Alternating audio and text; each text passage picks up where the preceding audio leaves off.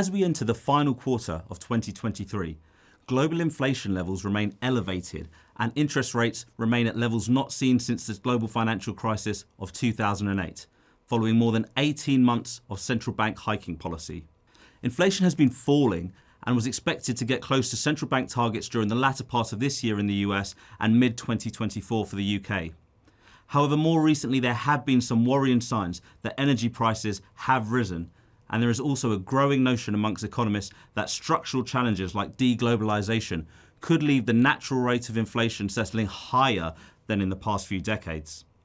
Whilst we can say that hiking cycles are nearing an end, it does raise the interesting prospect of rates now possibly needing to remain higher for longer in order to curb inflation.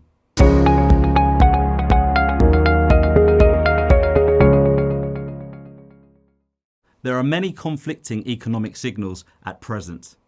Higher debt servicing costs, inverted yield curves, falling savings rates, higher oil prices, slowing in manufacturing, all certainly point to a recession.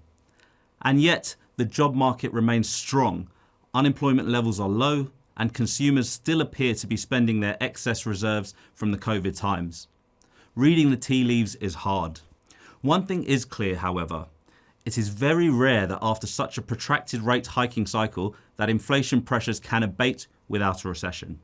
Should the recession eventuate, we think it's fair to say that the US is the most likely to have a softer landing than, let's say, here in the UK.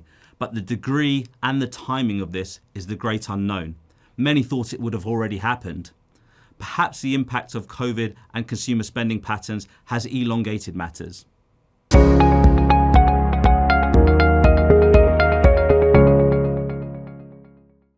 Firstly, bond markets remain volatile as they continue to weigh up the inflation and interest rate backdrop. However, we believe that most of the bad news is now priced into bond yields. And with interest rates near their peaks, we are more optimistic on the asset class from here. High quality bonds, those issued by governments or that have strong credit ratings, will provide shelter from a struggling equity market should a recession occur. In the event that a recession doesn't occur, we will still receive an attractive yield and equity markets should perform well. Equity markets traded erratically in the third quarter, with a strong July followed by a weaker August and September. Like the bond markets, equities remain sensitive to news flow on inflation, interest rates, and economic growth.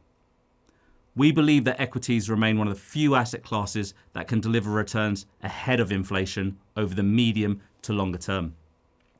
However, global equity market valuations are trading near their long-term averages, except for parts of the US market, which look a little expensive, and with a strong possibility of a slowing economy following prolonged interest rate hikes, we remain neutral on the wider asset class.